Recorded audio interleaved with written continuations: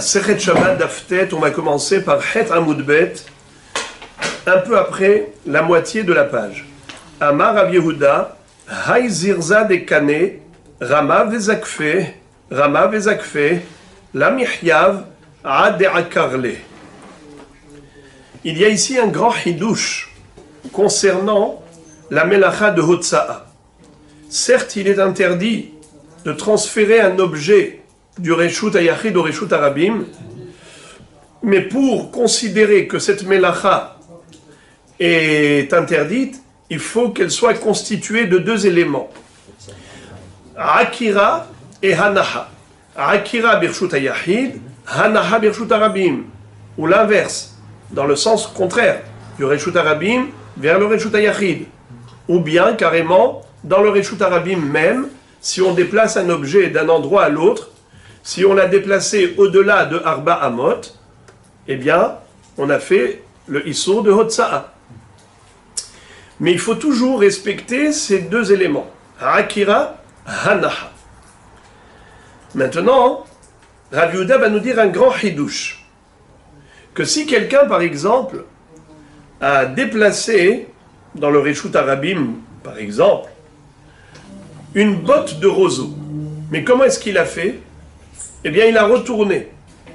C'est-à-dire qu'il a redressé, et ensuite il la faisait tomber. Il a redressé, il la faisait tomber. Ça veut dire que sur elle-même, donc, ce Zirza des Kaneh, c'est pas qu'il a pris, il a déplacé, il a amené, ou bien il a tiré. Non. C'est que toujours, il y avait une partie du fagot qui était posée sur le sol.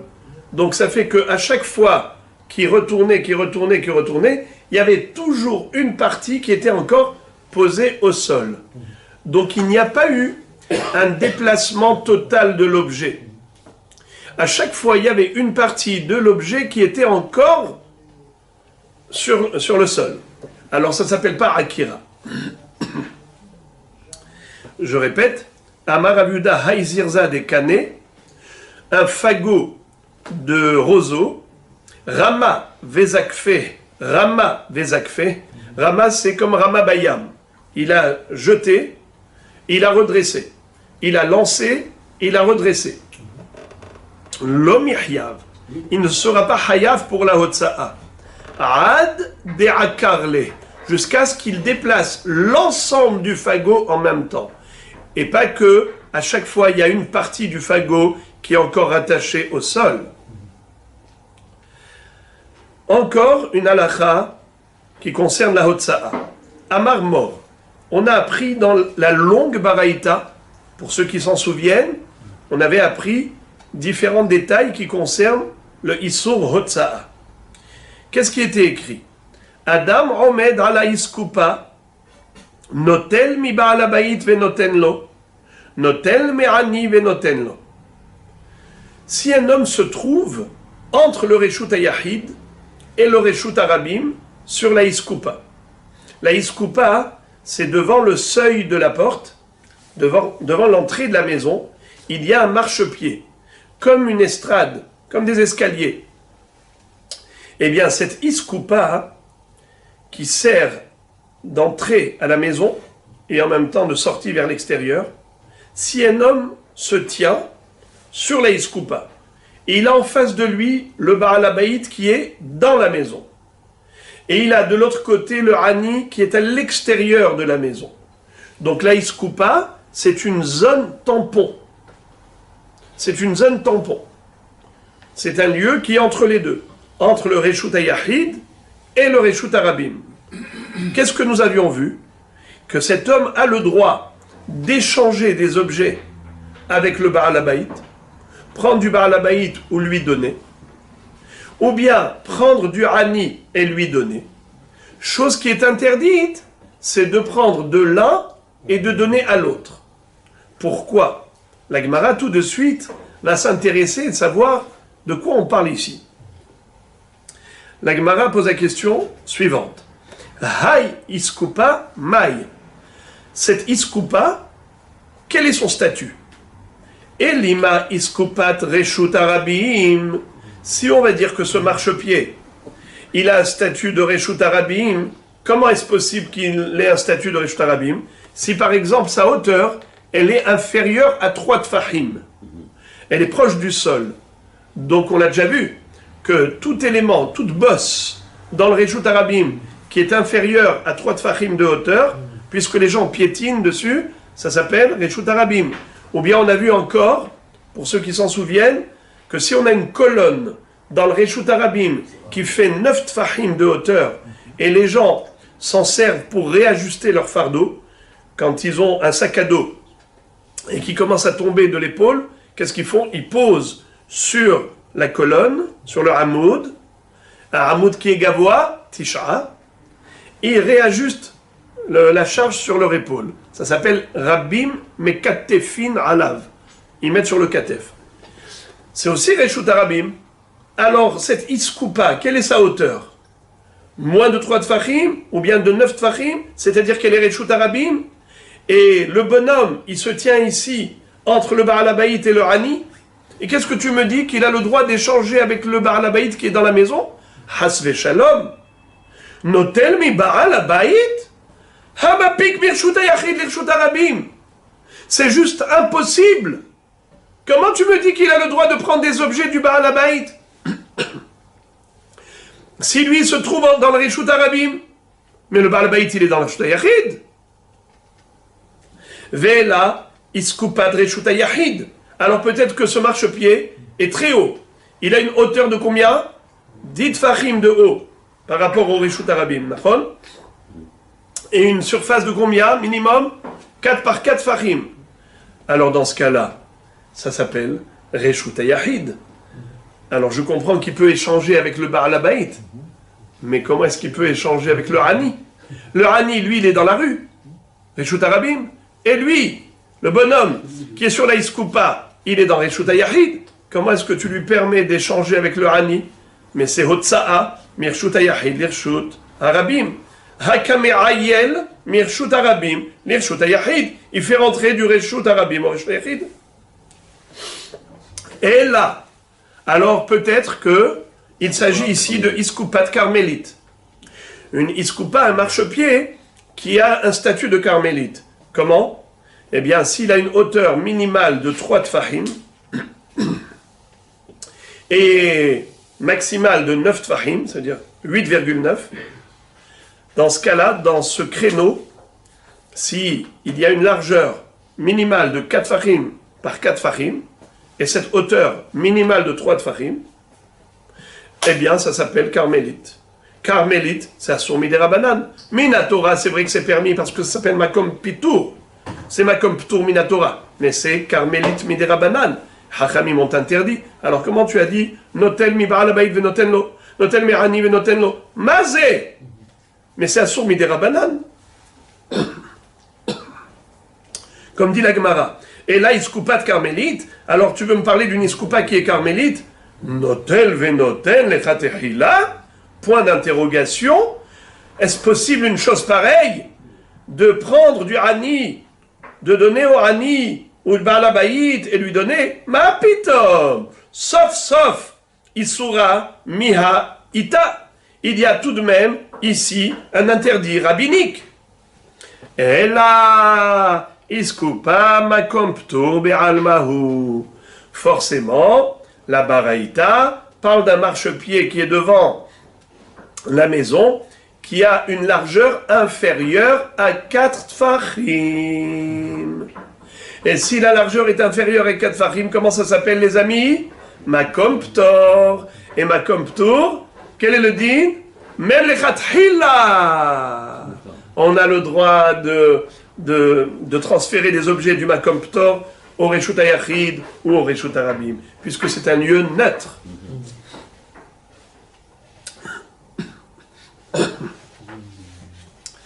Comme dit la Gemara, Kegon delit bedalet al dalet. Il n'y a pas dans la surface de cette iskoupa 4 fachim par 4 fachim.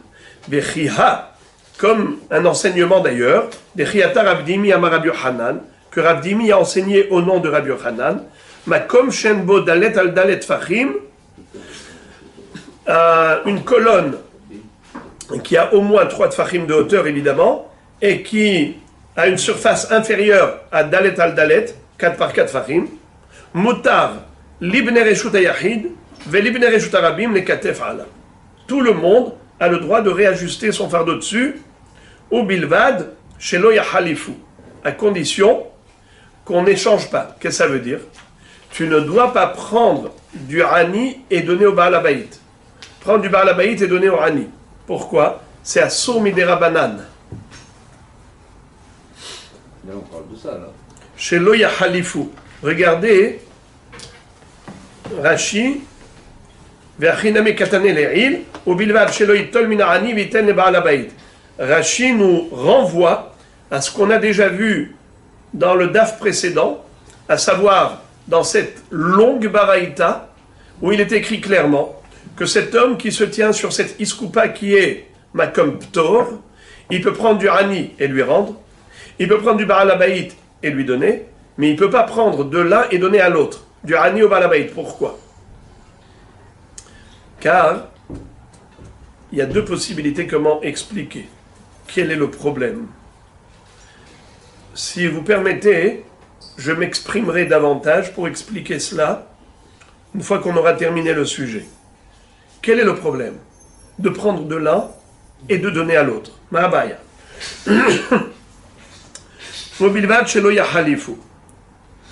D'ailleurs, tout de suite la Gemara cite ce qu'on avait appris dans la Braïta. Amar mor, ubilvad shelo itol mi Baal Habayit venoten le Ani, me Ani venoten le Baal Habayit. Ve'im natal venatan sheloshtan pturim. Par contre, ce que nous dit la Baraïta, bien que c'est assourd de prendre de l'un et de donner à l'autre, mais s'il a transgressé ce issour, ils sont pas tours les 3. Pourquoi ils sont pas tours? Car ils n'ont pas commis une infraction thoraïque, mais uniquement rabbinique. C'est pas issour de Horaïta. L'homme qui se trouve debout sur la iskoupa, s'il prend un objet du Baal Habayit et il le donne au Hani, il a commis un issour des Rabbanan, pas des Horaïta. C'est pour ça qu'il est patour. Patour avalassour. Patour avalassour, ça veut dire patour minatora, avalassour midera Rabbanan. Alors maintenant, la Gemara va poser une question très curieuse. Elle va dire Lima tihve tiufta de Rava, de Amarava, Hama'avir hefetz mitehilat dalet, lesof dalet, pershut harabim, afal pi she'aviro derech alav, hayav. Qu'est-ce que ça veut dire?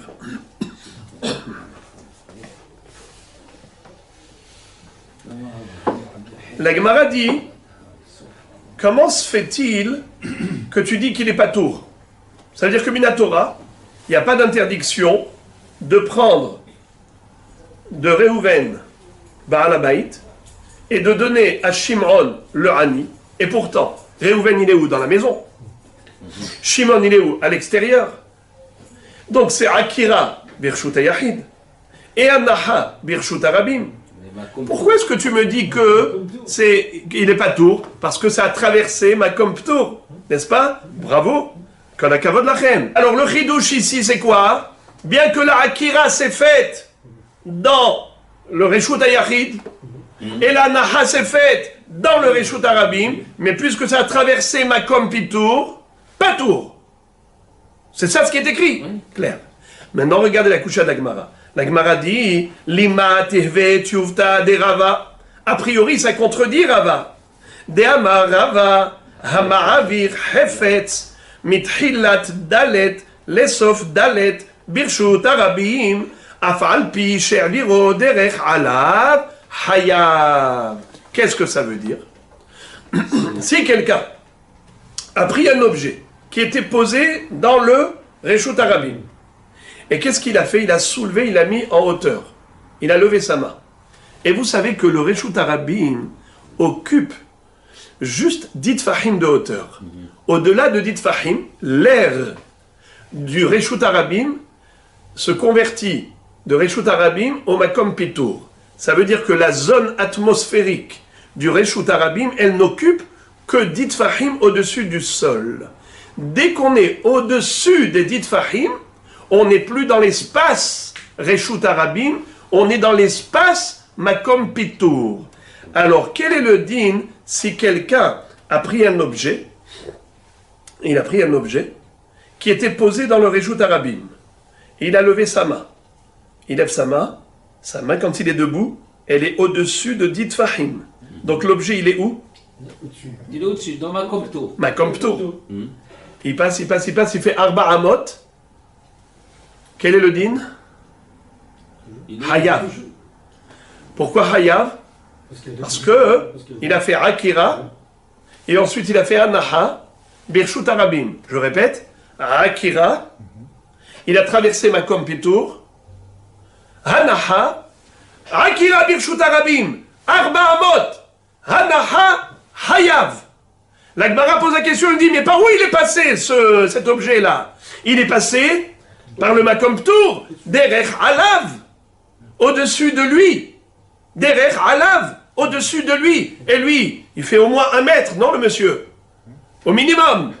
Même si c'est un nain, il lève sa main, tout va bien. Alors, il est dans Makom Pitour, l'objet. Comment ça se fait qu'il est Hayav?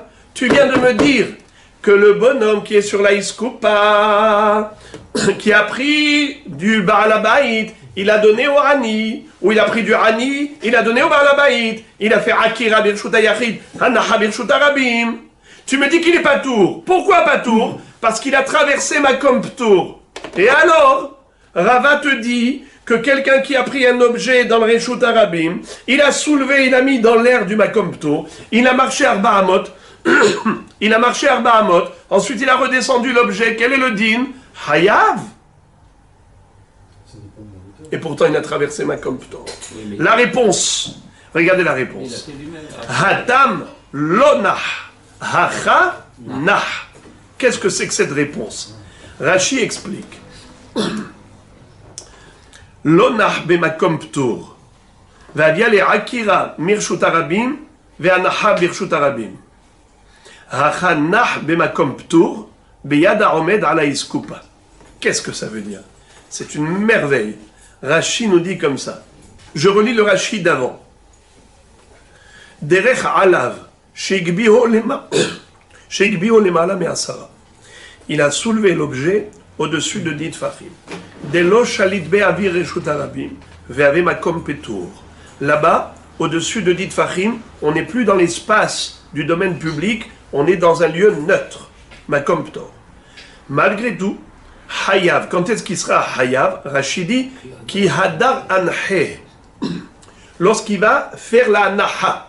Pas quand il va s'arrêter, quand il va être maniyahoto. Ki hadar anhe. Ve'af'al gav. De derech makom ptor azal.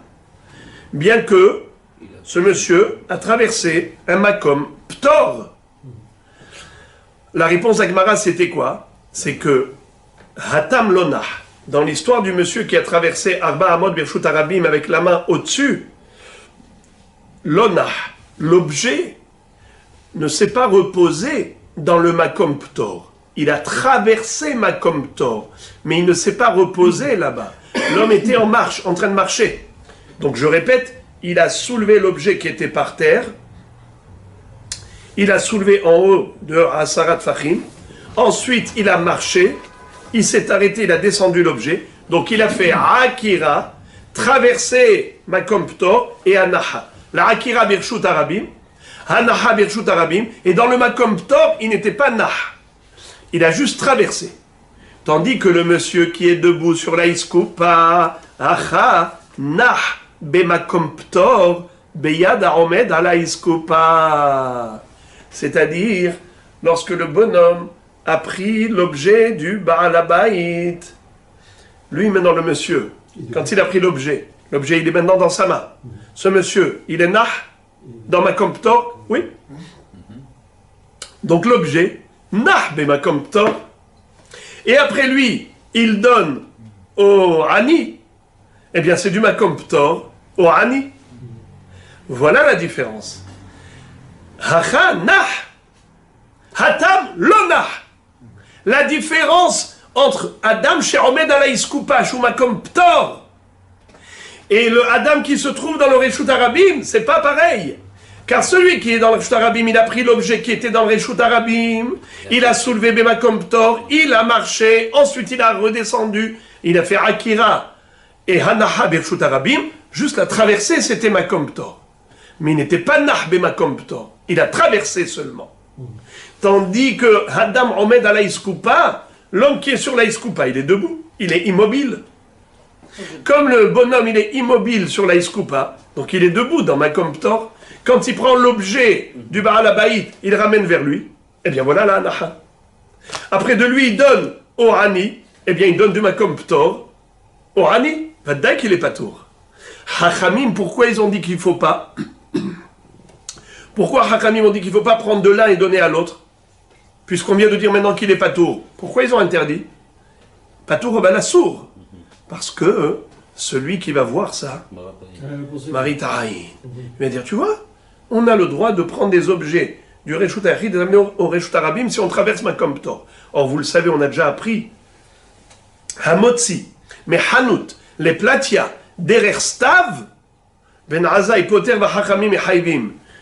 Celui qui prend un objet du Hanout et il marche par un Makom Ptor, par une carmélite, et ensuite il arrive au Reshut Arabim, Hachamim disait Hayav, Akira, Anaha. Et pourquoi Ben Azaï disait Patour? Parce qu'il disait Mehaler ke omed dami. Quand on marche, on fait arrêt sur image. Tu lèves un pied, tu baisses un pied. Tu lèves un pied, tu baisses un pied. Donc c'est comme si tu es en ker maniah. Et d'ailleurs lui-même il est modé que si on est Zorek, mais Hanout, les Platia, Derer Stav, eh bien il est Hayav.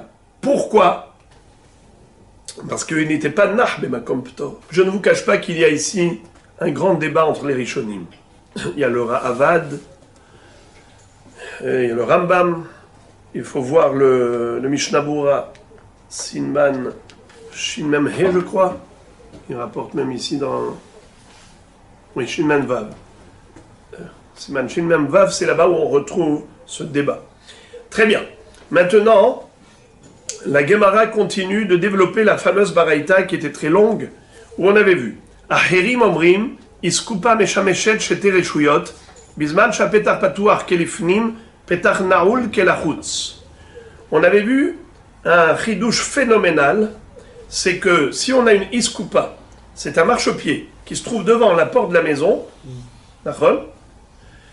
Si le Petah il est Patuach, alors c'est un statut de Reshut Yachid, car la Iskoupa elle est annexée à la maison.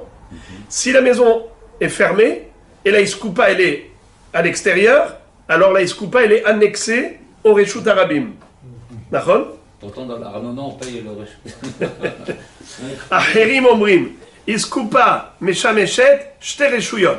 La Iskoupa elle peut avoir un double statut. Parfois elle est Reshut Yachid, parfois elle est Reshut Arabim. Comment? Bisman Shapetar Patuach Kelifnim. Si la porte de la maison est ouverte, alors on annexe la Iskoupa à la maison, elle est considérée comme l'ifnim, Reshut Yachid.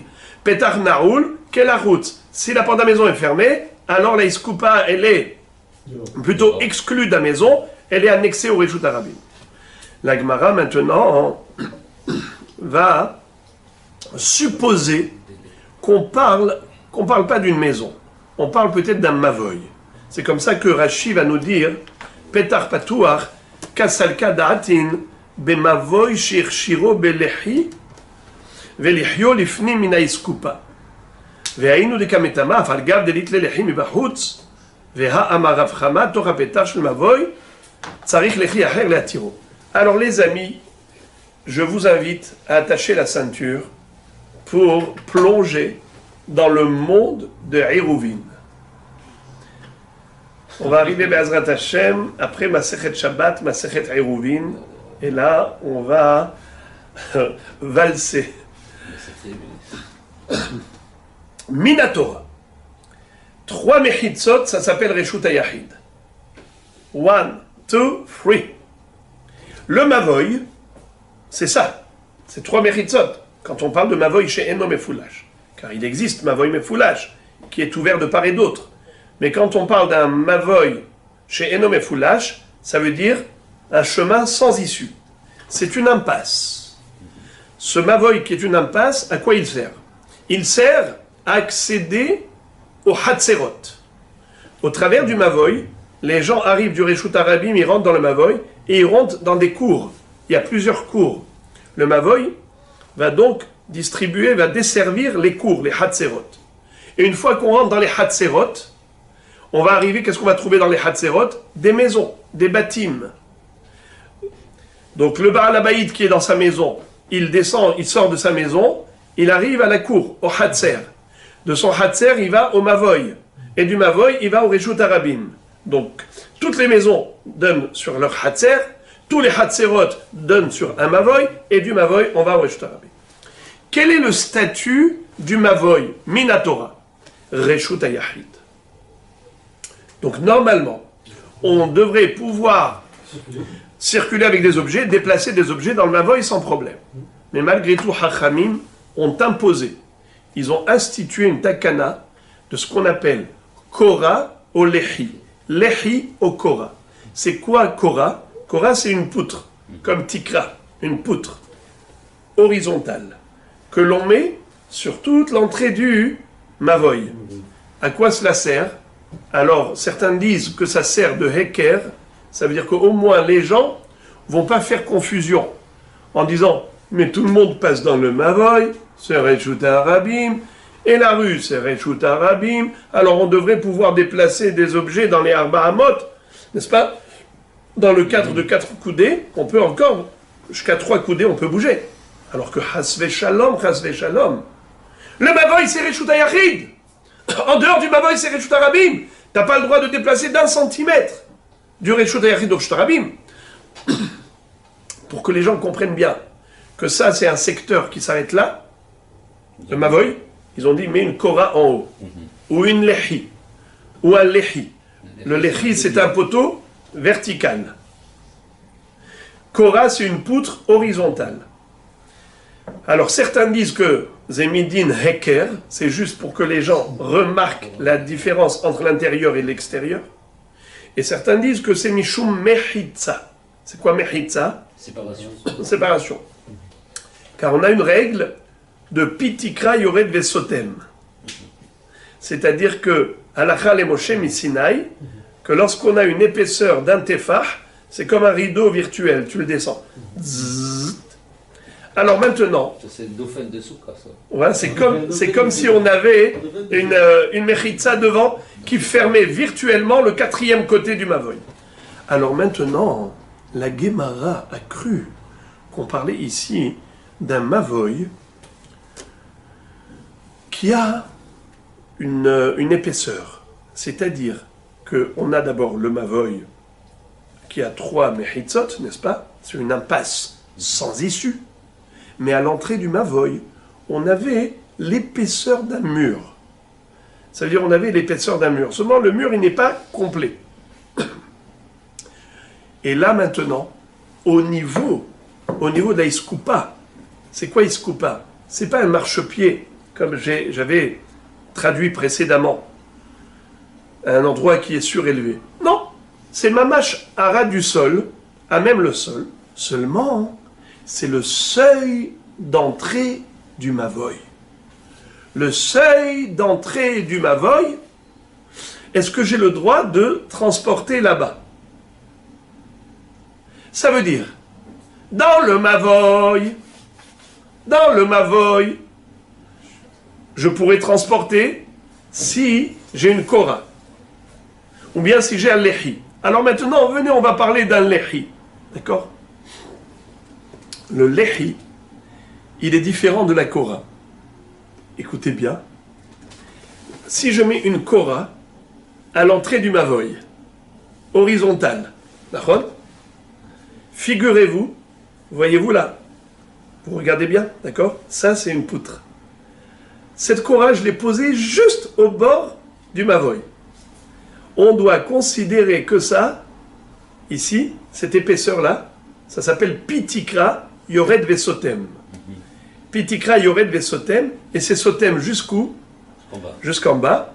Et où je peux transporter des objets, même sous la Kora. Même en dessous de la Kora, je peux transporter. L'épaisseur de la Kora. L'épaisseur de la Kora. Dans tout le Mavoy, c'est sûr, mais même sous l'épaisseur de la Kora. La largeur de la Kora. Tandis que le lehi vertical, c'est pas comme la kora qui est horizontale. Le lehi, au contraire, il est matir que minahud velifnim. Ça veut dire, le lehi, il ne permet pas de transporter en face du lehi. Par exemple, j'ai un lehi comme ça, qui est large, n'est-ce pas? Imaginons cette largeur. Ça, c'est un lehi, qui est comme ça. Je n'ai pas le droit de transporter ici. Au niveau de la largeur du lehi, je n'ai pas le droit. Je ne peux qu'à l'intérieur du lehi. Mina lehi velifnim. Il ne fait pas comme la Korah, il ne fait pas les passes. Très bien. Donc, il ne peut m'autoriser de transporter qu'à l'intérieur du mavoy, mais pas en face du lehi. Donc, en face du lehi, en face de cette planche-là, je ne peux rien faire. Je n'ai pas le droit de transporter. Alors que la Korah qui est horizontale, Petikra Yored Vesotem, et je peux transporter même sous la largeur de la Korah. Alors, maintenant, la Gemara nous dit comme ça. Ve'afalgav delitle lehi. Qu'est-ce que ça veut dire Ve'afalgav delitle lehi? Alors là, je vous propose de prendre un petit comprimé pour prendre un petit doliprane, un petit acamol. Parce que maintenant, vous allez voir qu'il faut un lehi pour le lehi. D'accord? Ne devenez pas fou, mais juste écoutez ça. On vient de dire qu'il y a l'espace du seuil de la porte. À l'entrée du mavoy, on a dit que il y a soit une kora horizontale, soit lehi verticale. Quelle est la différence entre les deux? On a déjà expliqué. C'est que la kora, elle inclut même la largeur qui est sous la kora. Tu as le droit de déplacer des objets là-bas. C'est Reshut HaYachid. Pourquoi? Car il y a une halakha, les Moshe Missinai, qui nous dit que tu dois imaginer que virtuellement tu fais descendre un rideau, comme si Pitikra Yored Vesotem. Et donc, même sous la kora, tu peux transporter. Mais pour le lehi, on a dit que c'est que le houd chez le bifnim. Alors maintenant, il lui dit, dis-moi, qu'est-ce que tu m'as dit là? Qu'est-ce que tu m'as dit? Que si tu fermais la porte du mavoy, tu as le droit de transporter... Si tu ouvrais la porte du mavoy, tu as le droit de transporter en face du lehi. C'est seulement si tu fermes, qu'il est tout seul à l'extérieur, le lehi, tu n'as pas le droit. Mais sinon, si la porte du mavoy est ouverte, alors tu as le droit de transporter même en face du lehi, puisque tu as dit Bizman, she'apetah patouah kelifnim. Ma pitom. Mais l'autorisation du lehi, c'est uniquement minahud velifnim. C'est quoi houd? C'est la pointe. L'arête. L'arête de l'intérieur. Quand tu as une planche ou une poutre rectangulaire, l'arête interne, elle autorise de transporter dans le mavoy, mais elle n'autorise pas pour autant de transporter en face du lehi. Car ce n'est pas l'arête externe qui va nous autoriser, c'est l'arête interne qui compte. Alors il lui dit, je n'ai pas compris. Pourquoi si la porte du mavoy est ouverte, alors tu autorises en face du lehi? Mais non, mon cher ami. Si tu veux autoriser de transporter en face du lehi, il faut un deuxième lehi. Lequel? Tu prends un petit lehi, prends une bonne baguette, petite baguette sympathique, et tu la fixes ici à l'entrée du mavoy. Mais pas à l'intérieur du lehi, du grand lehi. À l'extérieur du grand lehi. Evanta Yedidi. Le grand lehi t'a autorisé de transporter à l'intérieur du mavoy. Mais il ne t'autorise pas de transporter en face du grand lehi. Si tu veux transporter en face du grand lehi, prends maintenant un petit lehi pour cachériser le grand lehi. Evanta, tsarich lehi acher leatiro. Vous entendez? Alors il lui dit, maintenant je ne comprends pas pourquoi est-ce que tu as dit Bizman shapetar patouach, c'est moutar. Mais c'est pas moutar. Si tu mets pas un deuxième lehi, ça doit être assour. Comment tu as pu dire que tout cet espace du seuil de la porte, du mavoy, le seuil d'entrée du mavoy, est caché même sans deuxième lehi? Tout ce qui est en face du premier lehi, le grand lehi qui est large, c'est caché. Ma pitom. Ah oui, parce que la porte elle est ouverte. Et alors, même si la porte du mavoy est ouverte, tu ne peux pas annexer cet espace au mavoy. Si tu veux cachériser, Tu veux rendre cachère le déplacement là-bas, mais moi encore un deuxième petit lehi là-bas, au fond du grand lehi. C'est-à-dire juste à l'entrée, ma mâche à l'entrée. Et comme ça, tu vas cachériser même cet espace. Je répète, parce que c'est compliqué, c'est pour ça que je répète. La Gemara demande, Ve'afal gab de litle lehi. Quoi, même s'il n'y a pas un deuxième lehi, tu veux dire que c'est motard en ouvrant la porte du Mavoy de transporter là-bas en face du grand lehi. Veha amarav hama bar Guria amarav. Pourtant, Rav Hama bar Guria a dit au nom de Rav, Torah petah, lorsqu'on est dans l'entrée, c'est-à-dire l'espace de l'entrée, donc comme j'ai expliqué, en face, le seuil de la porte d'entrée du Mavoy, ce Torah petah, tsarir lehi aher leatiro. Il faut un deuxième lehi pour être matir. Ça ne suffit pas un lehi.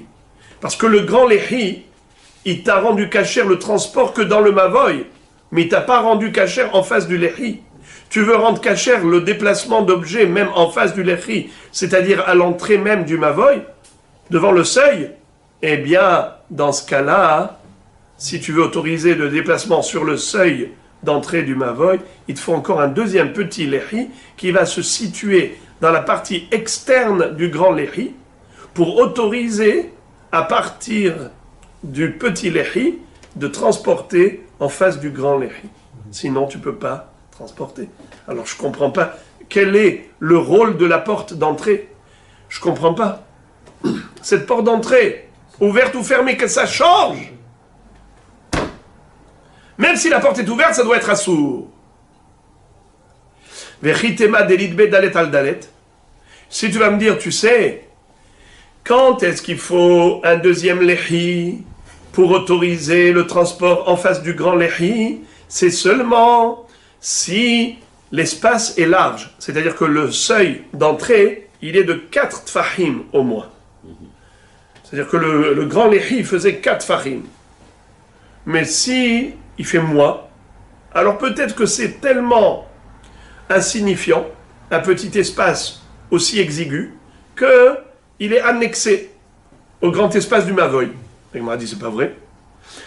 Ve'amarav hama bar Guria amarav, torah petah, afal pi shen bo, dalet al dalet, tsarich lehi acher leatiro.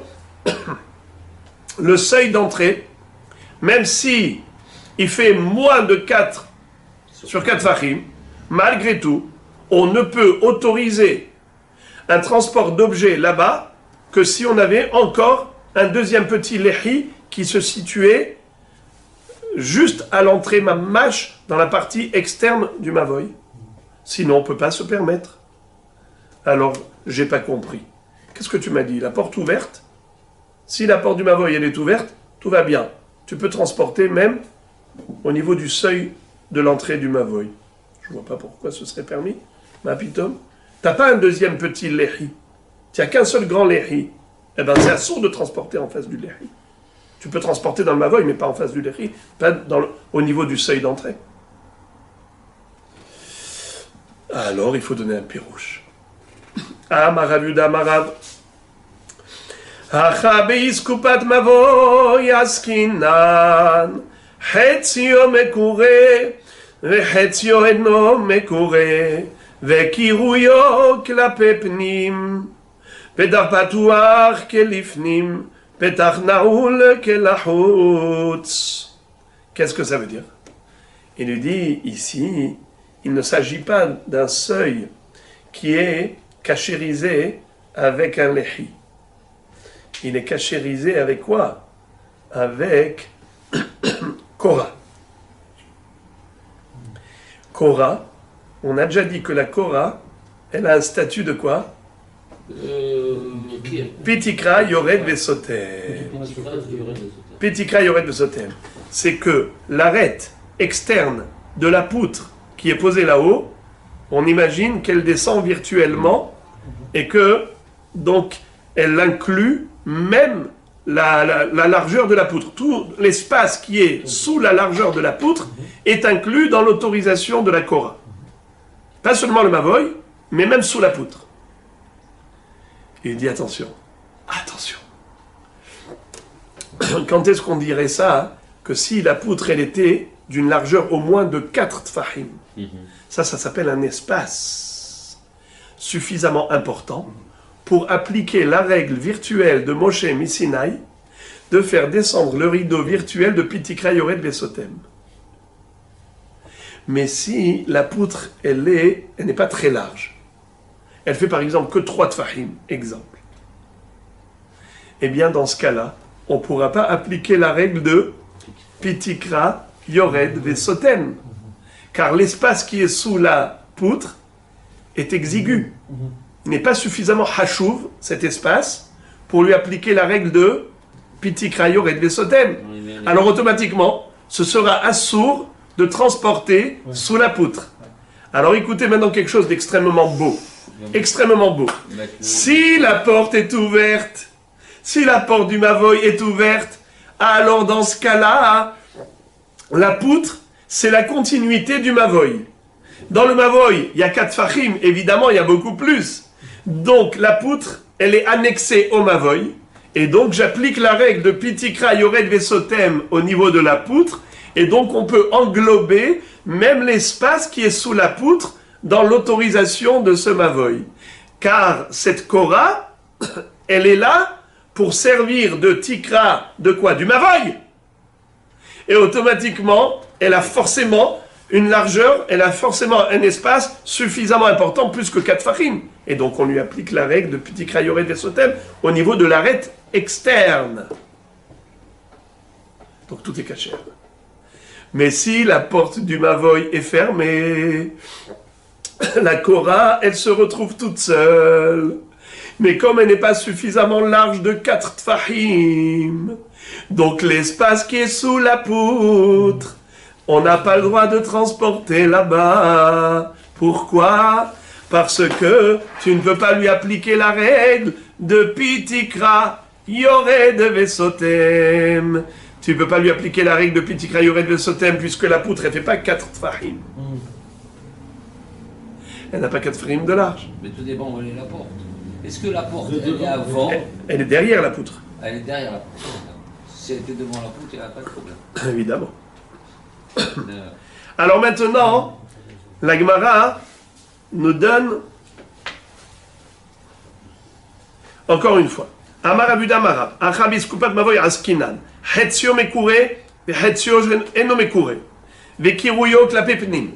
Le seuil d'entrée du Mavoy. Le seuil d'entrée du Mavoy, en fait, il y avait ici un espace de 4 fachim. Mais la Korah, elle ne recouvre pas les 4 fachim. La Korah, elle est étroite. Alors, si tu fermes la porte d'entrée, puisque la Korah, elle est clapée pnim, alors qu'est-ce qu'on dit?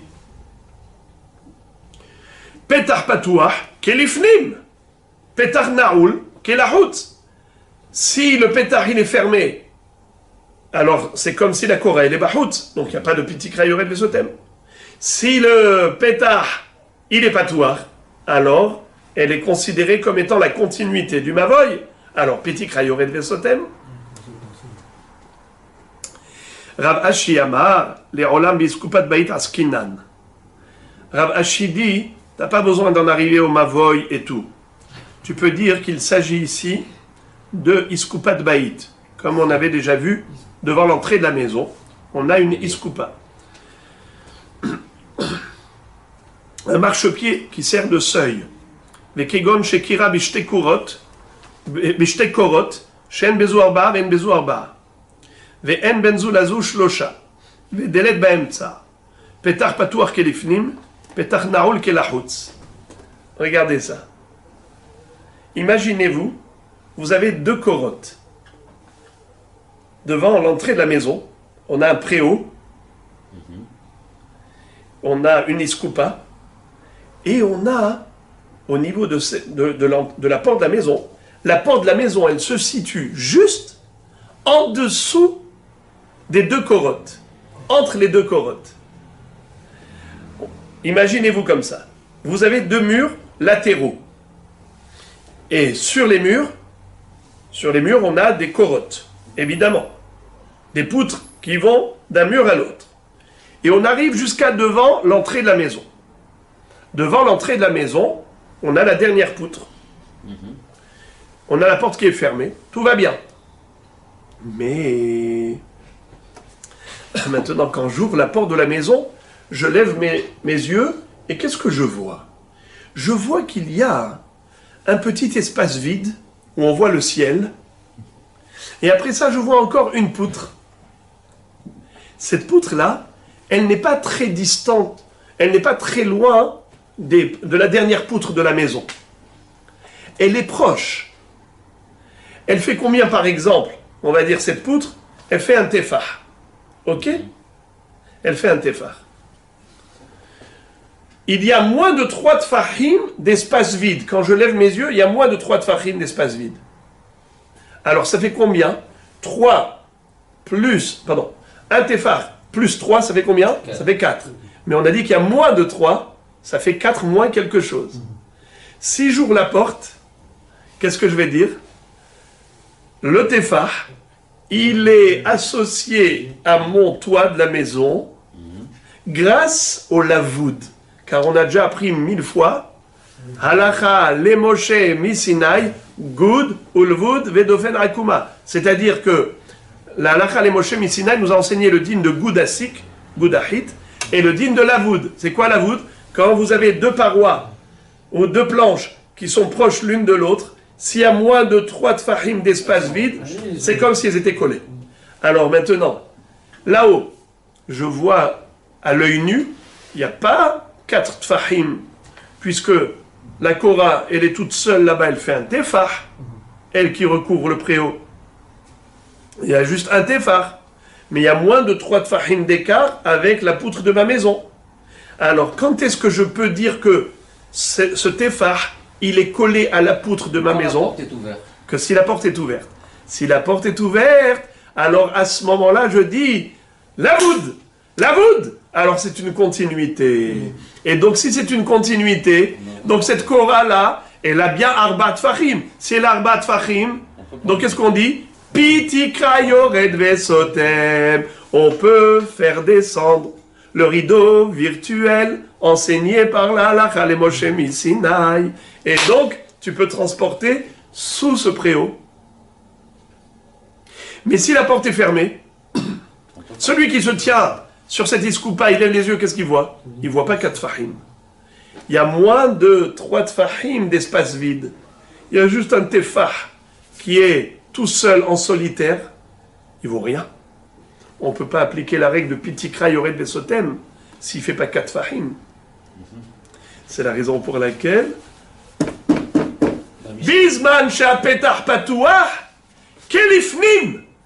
Bizman she'apetach naoul kelachutz. Si je ferme la porte, eh bien, assourd de transporter sous cette Korah et sous l'espace vide du préau. Mais si j'ouvre la porte, alors j'ai le droit. Pourquoi j'ai le droit? Car je vais appliquer le lavoud et donc j'ai Arbat Fahim, tout va bien. Et enfin, la Gemara va conclure tout le sujet de Hotza'a qu'on a étudié jusqu'à présent. Regardez. Dernière halakha de la braïta précédente. Ve'imaita iskupa gvoa Sarah urehava dalet harezu reshut le'atzma. Vous vous rappelez, cette braïta, ce qu'elle avait dit, dans le Daf Vav, la braïta avait dit comme ça, à la fin. Aherim omrim. C'est qui Aherim? C'est Rabbi Meir Baal Hanes. Aherim omrim. Iskupa meshameshet shte reshuyot. Bizman she'apetach patuach kelifnim, petach naul kelachutz. Ve'im hayta iskupa gevoa asara urechava dalet, harezu reshut le'atzma. N'est-ce pas? C'était la fin de l'enseignement de Aherim. On a dit c'est Rabbi Meir. Maintenant regardez, reprenons Daftet. Traduction. Si cette colonne, ce marchepied, était d'une hauteur de 10 tfahim, eh bien c'est considéré comme un réchout à part entière. La Gemara va nous dire la chose suivante. Mais Sayale le Rav Yitzhak Barav Dimi, cet enseignement soutient la thèse de Rav Yitzhak bar Avdimi. De Amar Rav Yitzhak bar Avdimi, Omer Haya Rabbi Meir, Kol Makom Shata Motze Shte Reshuyot, Vehen Reshut Achat, Kegon Amud Birshut Hayachid, Gavoa Asara Verachab Dalet, Asur Lekatef Alav, Gezera Mishum Tel Birshut Arabim. Il dit, Rabbi Yitzhak bar Avdimi disait au nom de Rabbi Meir. Et c'est qui Rabbi Meir? C'est Acherim. Qu'est-ce qu'il disait? Une chose absolument étrange. Il dit que si par exemple, on se retrouve dans un Reshut Hayachid, imaginons vous êtes dans votre jardin. Dans votre jardin, vous avez une colonne, un hamoud, qui fait 10 tfachim de haut et une surface de 4 par 4 tfachim. Vous êtes dans le Reshut Hayachid. Et cette colonne, qu'est-ce qu'elle est? Reshut Hayachid. Figurez-vous que Rabbi Meir vous interdit de prendre un objet du Reshut Hayachid, c'est-à-dire du sol, et de poser sur la colonne. Pourquoi? Il dit Gzera mishum tel birshut arabim. De peur que tu fasses pareil quand tu es dans la rue.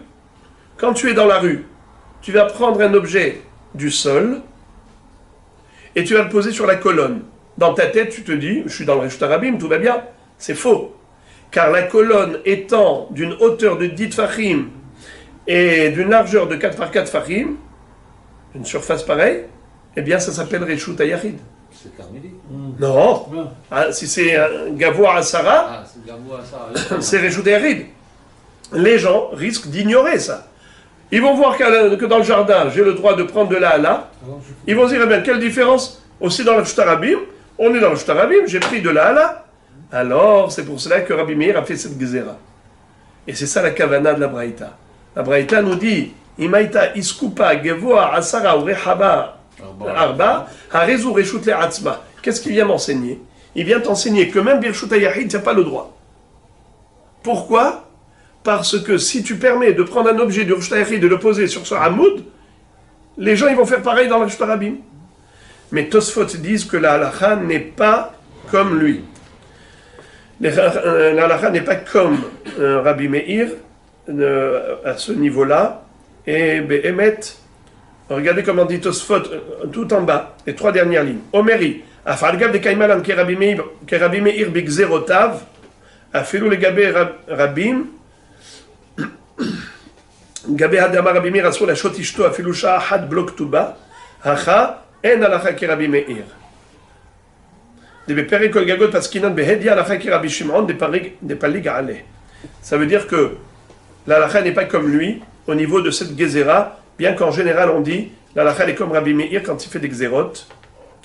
Également, Tosfot dit au début que Rabbi Meir, même s'il a fait cette gzera que par rapport à Hamoud, mais il n'a pas fait une gzera de déplacer un objet d'une pièce à l'autre dans le Reshut Hayachid, évidemment. Regardez ce que dit Tosfot au début. Omeri, demi baït la aliyah lo asa Rabbi Meir les taltel, ou bien même dans un duplex, en passant du rez-de-chaussée à l'étage, Rabbi Meir ne va pas interdire.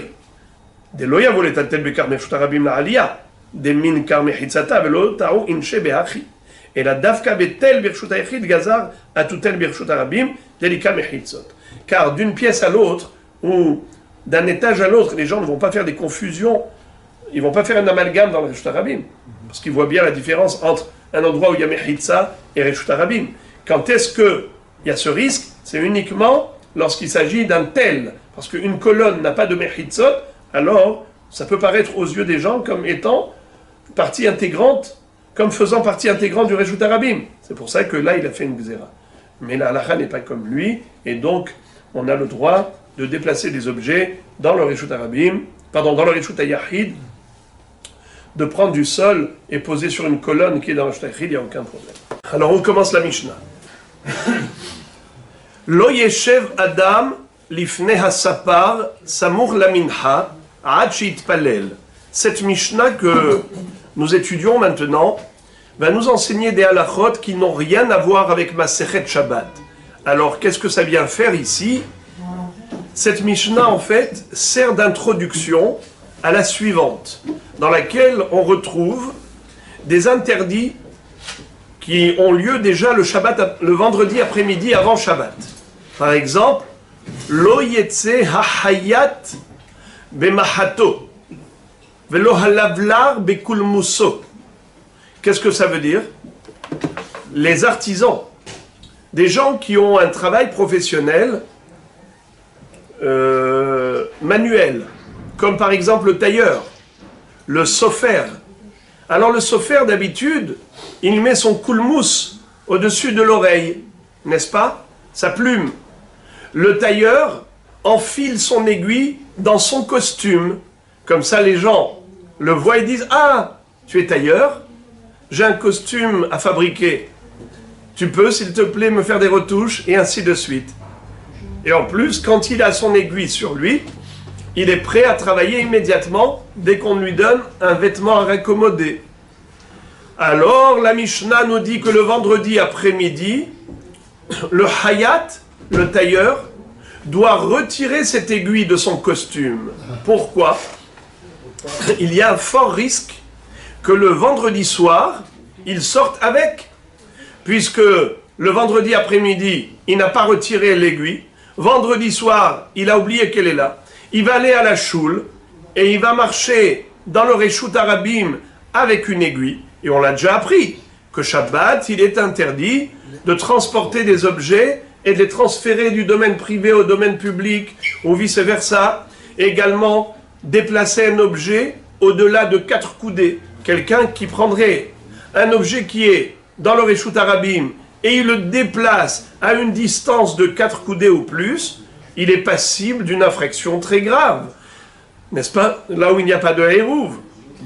C'est la raison pour laquelle, à titre de précaution et de prévention, l'homme doit déjà le vendredi après-midi se soucier de l'observance du Shabbat et éliminer tout risque de transgression. Donc, puisque la Mishnah, plus tard, va nous dire Lo yetse hayat bemahato, velo alavlar bekulmuso, et ainsi de suite, qui sont des précautions à prendre le vendredi après-midi pour assurer l'observance du Shabbat. Alors, la Mishnah précédente, qui est la nôtre, nous enseigne également toutes sortes de halachot qui consistent à ne pas oublier la prière de Minha, ne pas faire des actions qui risquent de nous entraîner à l'oubli de Tfilat Minha l'après-midi. Lisons. Lo yeshev Adam lifnei hasapar samur la Minha achit palel. L'après-midi, lorsque nous sommes proches de l'heure de Minha, qu'est-ce que ça veut dire samur la Minha? Toujours, quand on dit samur, proche de l'heure, c'est une demi-heure avant.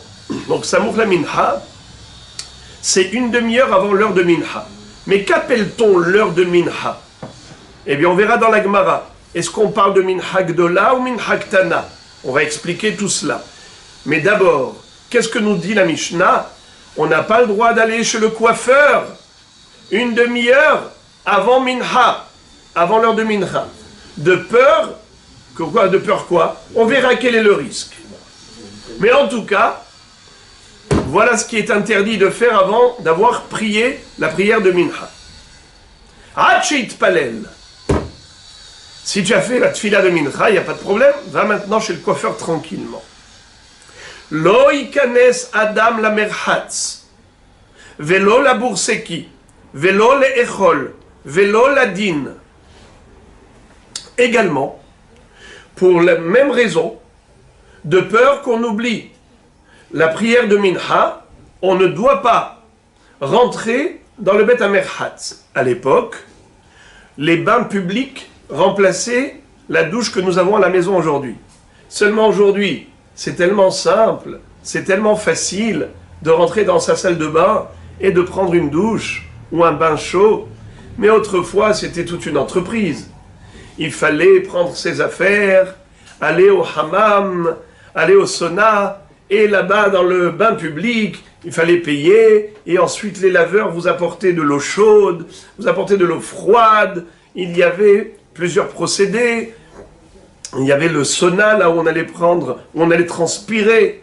Il y avait là où on allait passer à l'eau chaude, n'est-ce pas? Et ensuite, l'eau froide.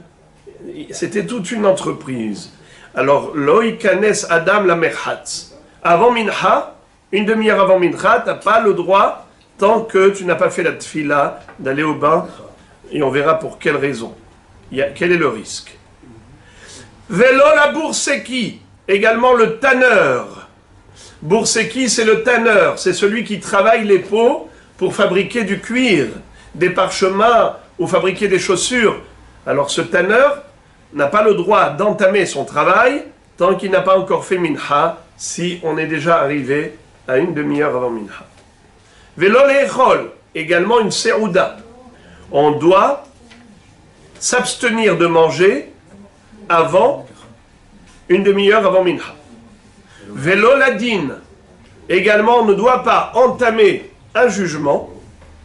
Nous les dayanim, on ne doit pas siéger au tribunal pour entamer un din si on a déjà atteint la demi-heure qui précède l'heure de mincha.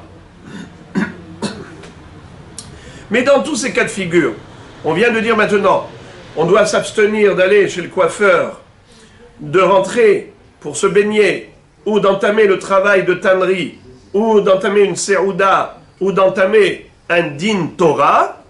Toutes ces abstentions, certes, s'imposent, mais si on a déjà commencé, alors, im hithilu en mafsikin.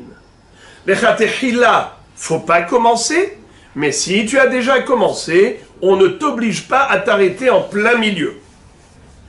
Et comme la Mishnah conclut en disant, mafsikin likrot kriyat shema, ve'en mafsikin la tefila.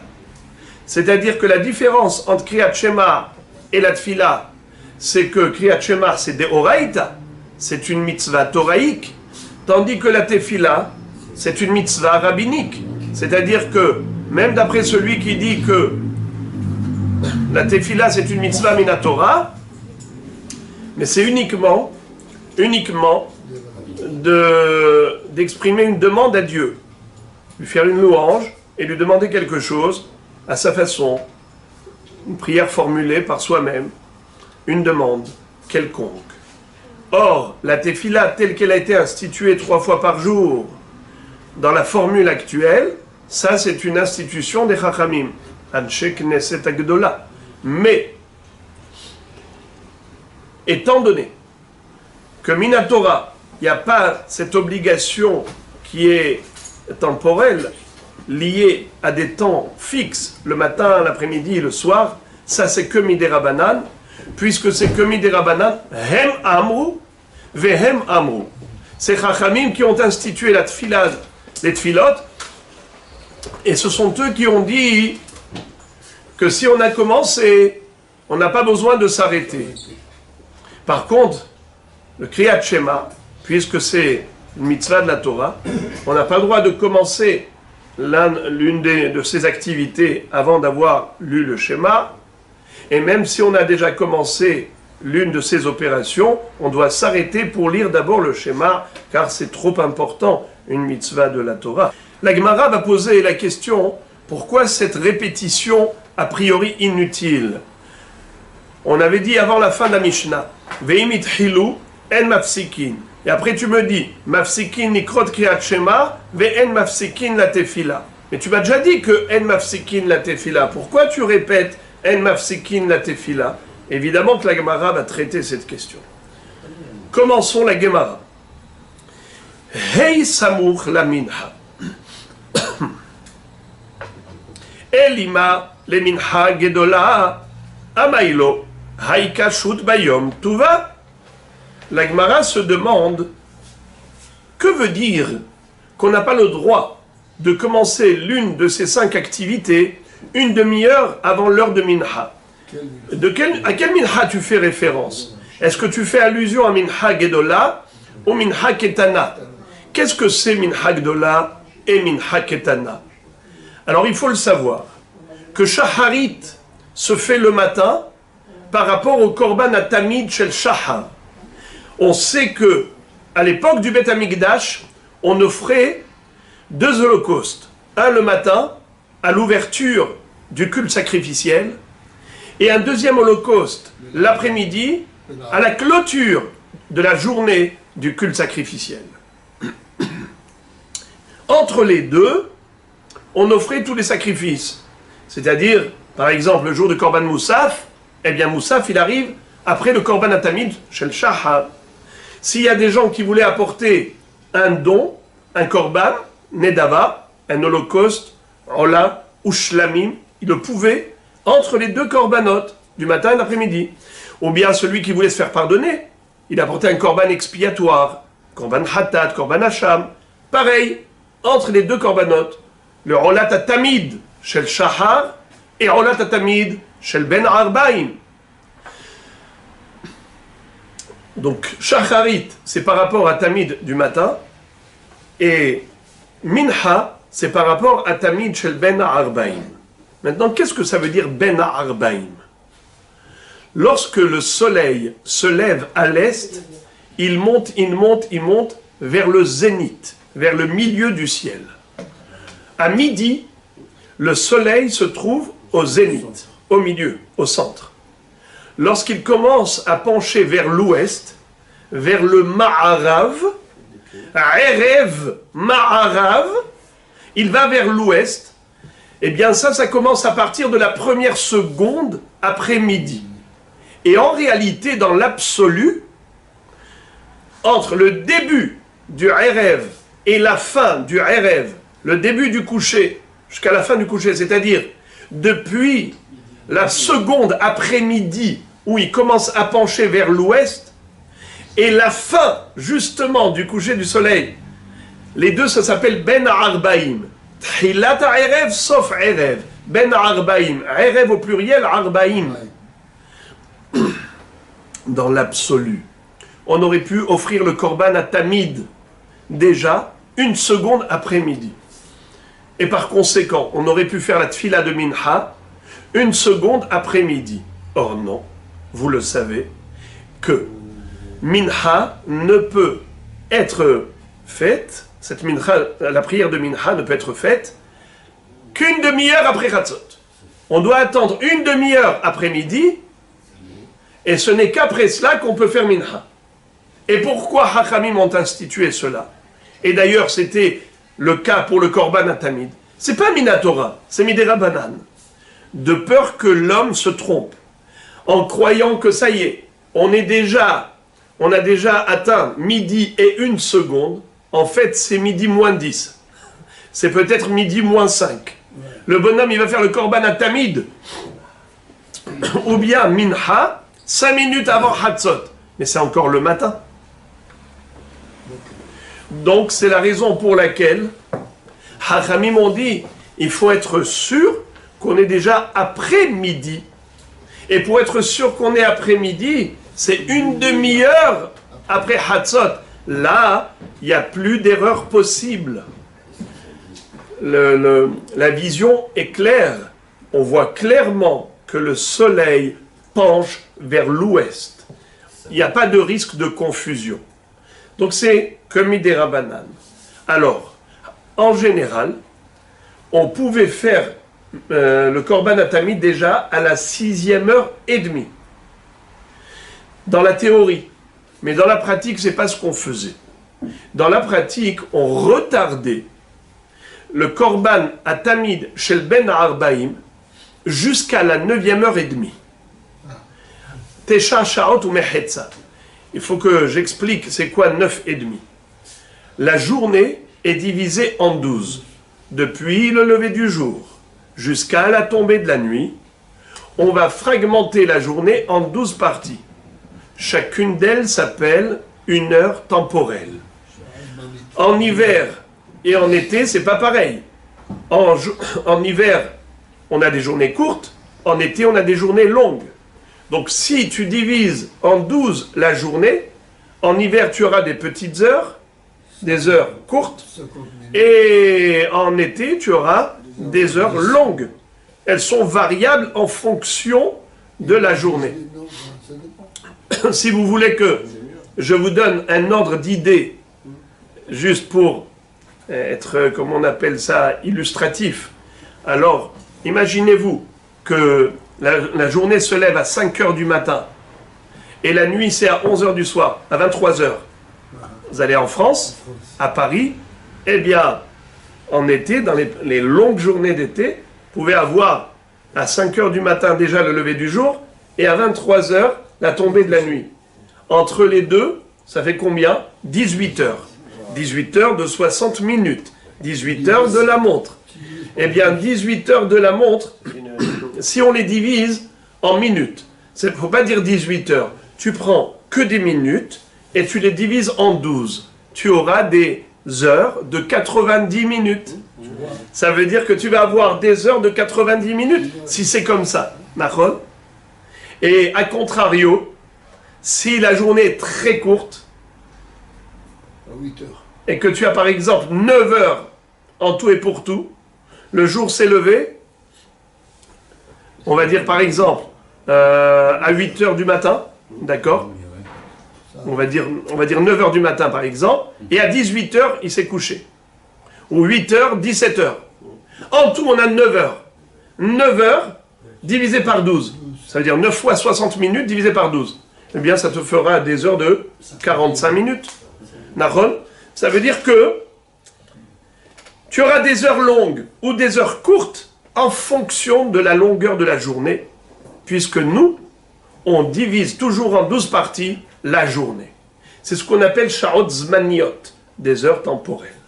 Donc lorsque je vous dis à la 9e heure et demie, ça veut dire quoi à la 9e heure et demie? Depuis le lever du jour, tu comptes 9 heures temporelles plus une demi-heure, au milieu de la 10e heure, eh bien, tu es proche de la fin de la journée. Car la fin de la journée, c'est à la 12e heure. N'est-ce pas, à la fin de la 12e heure. Donc ici, on est 2h30 avant la tombée de la nuit. Ça s'appelle Zman Mincha Ktana. Pourquoi c'est Mincha Ktana? Parce qu'il te reste très peu de temps. Le temps est court pour faire Mincha. Pourquoi ça s'appelle Mincha Gdola, une demi-heure après Chatzot? Parce que tu as un long Zman pour faire Mincha. Tu as 5h30 devant toi pour faire Mincha, depuis 6h30 jusqu'à 12h. Alors la question d'Agmara est la suivante. Quand tu m'as dit que il ne faut pas aller chez le coiffeur, ou au Bet HaMerhat, ou au Bourseki, ou l'Addin, ou la Serouda, il faut s'abstenir de toutes ces activités, de peur qu'on se laisse entraîner, et qu'on arrive à oublier l'heure de Mincha, qu'on oublie de faire la tfila de Mincha. Excuse me, tu parles de Mincha Gdola? Franchement, Mincha Gdola, c'est une demi-heure après Chatzot. J'ai encore 5h30 devant moi. Même si je vais chez le coiffeur, même le coiffeur le plus long, il ne mettrait pas plus d'une heure à s'occuper de ma tête. Alors, pourquoi est-ce que tu voudrais m'empêcher d'aller chez le coiffeur? J'ai temps d'aller chez le coiffeur et après de faire ma douche et d'aller faire Mincha. Alors, je ne comprends pas. Et la vadaï, donc certainement, si tu penses qu'il faut s'abstenir, qu'il y a un risque, c'est qu'on parle de Mincha Ktana. Alors lisons. Hey Samour la Mincha. Elima les Mincha Gedola, si on va dire que la prévention elle est par rapport à Mincha Gedola, à Maïlo, pourquoi pas, Haïka Shahut Bayom Tuva, on a encore beaucoup de temps dans la journée. Tuva, ça veut dire beaucoup. Shehut, du temps. Haïka, il y a, Shehut, du temps, Bayom, en journée, Tuva, beaucoup, beaucoup de temps. Et là, donc forcément, Samour, le Mincha, Ketana. Donc forcément, la Mishnah a fait allusion à quelle heure de Mincha? Pas Mincha Gdola, Mincha Ketana. Donc en effet, puisqu'il reste peu de temps, tu n'as pas le droit d'aller chez le coiffeur. Tu n'as pas le droit de faire l'une de ces 5 activités. La Gemara dit, si c'est comme ça, j'ai une autre question. Alors maintenant, va surgir un autre problème. Je veux comprendre la fin de la Mishnah. Qu'est-ce qu'elle a dit? Imithilu en mafsikin. Par contre, si on a déjà démarré, on a déjà entamé comment on appelle ça? La coiffure, ou le din, ou la serouda, ou le merhat, ou ou le Bourseki, alors tu as commencé, c'est pas grave, en mafsikin. A priori, ça va à l'encontre d'un enseignement de Rabbi Yoshua ben Levi. Nima, tihvet yuvta de Rabbi Yoshua ben Levi.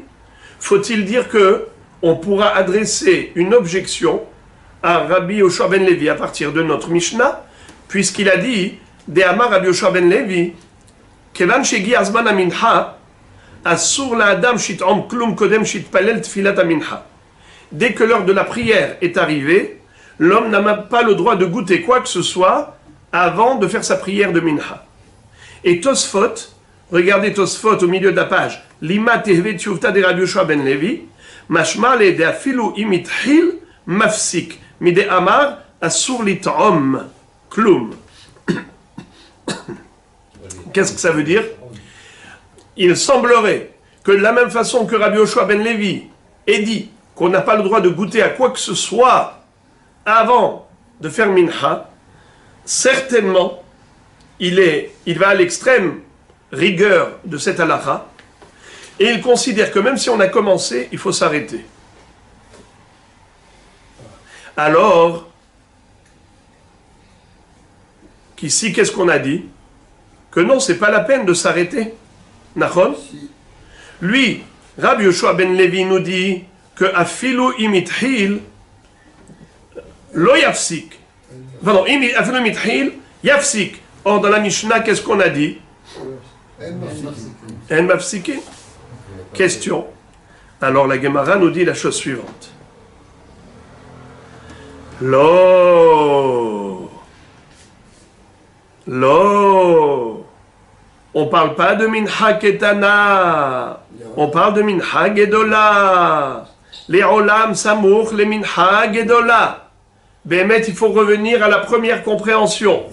On parle de mincha gedola, donc c'est une demi-heure après Ratzot. Et tout de même, la Mishnah nous interdit d'entamer l'une de ces 5 opérations. D'aller chez le coiffeur, ou au Bet HaMerchat, ou au Bourseki, ou Din Torah, ou Seouda. Et comment ça se fait? Pourtant, on a largement le temps. Réponse. Au Bet Isporet Ben El Asha. On parle ici de la coiffure de Ben El Asha. Vous savez c'est qui Ben El Asha? C'était le gendre de Rabbeinu HaKadosh.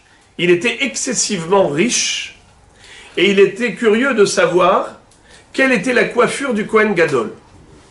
Puisque le Kohen Gadol, il est dit de lui que Kassom irsemu et rachehem. Dans le Sefer Yechezkel, on nous décrit la coiffure du Kohen Gadol. Ce n'était pas un rasage total, la boule à zéro. Ce n'était pas des cheveux à moitié longs, moitié courts. C'était Bédiouk. Comment Bédiouk? Le sommet du poil d'ici arrivait à la racine du poil voisin. Ça veut dire que c'était Bédiouk. La taille Bédiouk. Rocho Shelze, Magia Letzad Ikaro Shelze. Le sommet d'un cheveu arrivait à la racine de l'autre cheveu. Tu pouvais le plier comme ça. Alors pour cela, il faut que le coiffeur mette du temps. C'est pas n'importe quel coiffeur. C'est vrai qu'aujourd'hui, c'est facile avec les tondeuses électriques. Tu prends la tondeuse, tu mets le numéro, zzz, tous les cheveux ont la même taille. Il faut juste au début fixer la mida. Mais à l'époque, on coupait avec des ciseaux. Comme il n'y a pas très longtemps d'ailleurs, avant qu'on ait les tondeuses électriques. Eh bien, là, il te dit, Ben El Asha, il payait très cher le coiffeur pour qu'il lui fasse la même coiffure que le Kohen Gadol. Tu sais combien d'heures il reste devant le coiffeur? Skin, le coiffeur, il est là avec sa loupe pour regarder chaque cheveu s'il est bien à la taille, ni plus ni moins que l'autre cheveu. Et Bidiouk à la taille, pas 1 millimètre de plus, pas de moins. Vélo la merhatz, les kula milta des merhatz. Qu'est-ce que ça veut dire? Alors, le merhatz, il y a 2 possibilités. Soit on va juste pour se laver, parce qu'on se sent sale, on va et on se lave. Soit on veut aller se faire plaisir. Alors à ce moment-là, on devait passer au sauna, transpirer, la zéra, et après les laveurs, ils te prenaient, ils allaient te masser, après ils allaient te passer à l'eau chaude, et après à l'eau froide. Et alors, ça prenait du temps. Est-ce que tu crois que ça se faisait à tour de bras? Nahon, il y en a qui le faisaient une fois dans la vie. Une fois qu'ils ont été complètement disloqués, ils n'essayent plus une deuxième fois. Vélo la bourseki. Les bourseki Gdola. On parle ici d'une grande usine de peau, de cuir. Ils avaient des grands bassins où on laissait tremper les peaux dans toutes sortes d'acides. On prenait même des excréments de chiens. C'est pour ça que le tanneur, il sent très mauvais. Parce qu'ils utilisent des produits dont l'odeur est nauséabonde. Alors, le bourseki, quand il a beaucoup de peau à travailler, jusqu'à ce qu'il va gratter les poils, et jusqu'à ce qu'il va saler la peau, il y a tout un procédé. Et quand on parle de bourseki Gdola, c'est pas juste une petite peau, c'est carrément une usine. Alors c'est pour cela que même depuis Minhag Gedola, Samour et Minhag Gedola, depuis Chatzot, faut pas qu'il commence le travail. D'abord qu'il fasse Minha. Velo le echol bis'ouda Gedola. On parle pas d'une s'ouda ktana individuelle. On parle d'un banquet de bar mitzvah, de mariage. Et donc ça, c'est sûr que c'est des se'oudot qui peuvent durer, nachon, qui peuvent durer longtemps. Velo la din, bithilat din. Qu'est-ce que c'est thilat din? Thilat din, ça veut dire lorsqu'on commence à auditionner les protagonistes, les adversaires qui viennent pour un litige, et ils exposent leur conflit aux dayanim, et que les dayanim sont en train d'auditionner chacun et de peser les mots de chaque protagoniste, le to'en et le nit'an, parce qu'il faut bien entendre, il faut bien comprendre entre les lignes, et ce qui se cache derrière les mots. Il faut être malin. Donc déjà, il faut auditionner, noter, et après ça, bien étudier. Après ça, il y a le délibéré, il y a le débat entre les dayanim. Tout cela prend du temps. Voilà pourquoi, même depuis Hatzot, il ne faut pas commencer. Vous avez compris pourquoi je dis depuis Hatzot? Car l'heure de Minhag Gedola, c'est une demi-heure après Hatzot. Et la Mishnah dit, Lo Yeshev, Samour la Minha. C'est quoi Samour la Minha? C'est une demi-heure avant. Donc si l'heure de Minha, c'est à midi et demi, donc depuis quand on ne doit pas commencer tout cela? Depuis midi. Et quand je vous dis midi, c'est pas midi de notre montre, c'est midi du soleil au zénith. C'est la 6e heure temporelle, à la fin de la 6e heure. Vélo la bourseki, vélo la echol bis'ouda Gdola, vélo la din bithilat din. Voilà. Donc on a compris. On a compris que la Mishnah parlait de Minhag Gedola, pas Minhag Ktana. Et pourquoi est-ce que nous craignons le risque que l'homme oublie de faire Minha? Parce que chacune de ces 5 activités est très prenante, accaparante, car il ne s'agit pas d'une activité qu'on fait à tour de bras. C'était des opérations grandioses et importantes. Rav Aha bar Yaakov Amar, les Olam betisporet didan. Lechatchila Amailo Yeshev, Gzera Shema Ishaver Azug. Rav Aha bar Yaakov dit, t'as pas besoin de dire qu'on parle d'une coiffure exceptionnelle, celle de Ben el-Asha, le gendre de Rabbi Yehuda Nassi, qui essayait d'imiter la coiffure du Kohen Gadol et qui prenait réellement du temps. Pas besoin de ça. Même si on dit que la Mishnah elle parle d'une coiffure classique, malgré tout c'est assourd. Comment ça se fait? Mais on a largement le temps de terminer la coiffure et d'aller faire Minha. Réponse, nous craignons que le coiffeur casse les ciseaux. S'il se casse les ciseaux et qu'il n'a pas de quoi terminer la coiffure, le bonhomme il lui dit, moi je ne sors pas d'ici avec une demi-barbe ou une demi-tête, ça ne marche pas comme ça. Tu te débrouilles. Alors il dit, tu m'excuses, il faut que j'aille chez moi pour aller chercher les ciseaux de rechange. Nachon? Ou bien qu'il aille trouver son voisin qui veuille bien lui prêter, le dépanner et ainsi de suite. Alors, en attendant, ça va prendre du temps et il risque de se retrouver ici sur la chaise du coiffeur jusqu'à la fin de l'heure de Minha. C'est pour ça que Hachamim m'ont dit, prends pas de risque. Vélo la merhatz, la ziyar be'alma, lechatchila amailo, gzera shema it'alef. Qu'est-ce que ça veut dire? Béhémet, on ne parle pas de quelqu'un qui veut faire la totale. Comme on avait dit avant, que le merhatz, il était possible de faire zira, le sona. D'abord l'eau froide, après le sona, et après l'eau chaude, ou bien il y a ceux qui font d'abord l'eau chaude et après ils vont au sona. En tout cas, c'est sûr que si tu veux faire la totale, ça prend du temps. Béhémet nous dit, Rabbi Bar Yaakov, tu n'es pas obligé de dire que la Mishnah, elle parle de quelqu'un qui veut faire tout ce qu'on fait au hammam. Non. Même s'il s'agit juste d'un lavage du corps juste pour la propreté. Malgré tout, il y a un risque. Lequel? Mais mieux que ça. Il ne va même pas pour se laver. Il va rien que les aziyah, juste pour le sauna. Tu veux savoir pourquoi c'est assour avant de faire minha? Parce qu'il y a des gens qui s'évanouissent avec la chaleur et la transpiration et la vapeur. Quand il rentre un moment dans l'endroit où il fait très très très chaud, avec des vapeurs très chaudes, et il respire ces vapeurs, à un moment donné, eh bien, ils sont faibles, et quand ils sortent de là, à peine s'ils marchent et ils tiennent sur leurs jambes, ils disent, j'ai besoin d'aller me reposer. Il va faire dodo, l'après-midi est passé, quand il se réveille, il lui dit, alors tu as fait minha? Waouh, j'ai oublié minha. Alors on lui dit, monsieur, tu prends pas de risque la prochaine fois, ni la première fois. D'abord tu fais minha et après tu vas au Bet HaMerchatz. Même les zéra, malgré tout il y a un risque. Vélo la bourseki, les ayouné be'alma. Vélo la bourseki, a fait nous les ayouné be'alma. Même si c'est juste pour regarder une peau. D'accord? Il regarde les peaux, il dit, attends, je vais pas travailler, ne t'inquiète pas, je vais faire mincha, ne t'inquiète pas. Alors lui maintenant, qu'est-ce qu'il regarde? Il dit, rien que je regarde les peaux. Il regarde les peaux, et il y en a une qui est trouée avec un trou comme ça. C'est complètement déchiré. Et lui, il voulait juste faire un vison, un manteau de vison, à la fille du roi, qui avait commandé quelque chose, et lui, déjà il rêvait au salaire qu'il allait recevoir pour ce manteau de vison, et finalement, il voit un gros trou comme ça, il va pleurer toutes les larmes de son corps.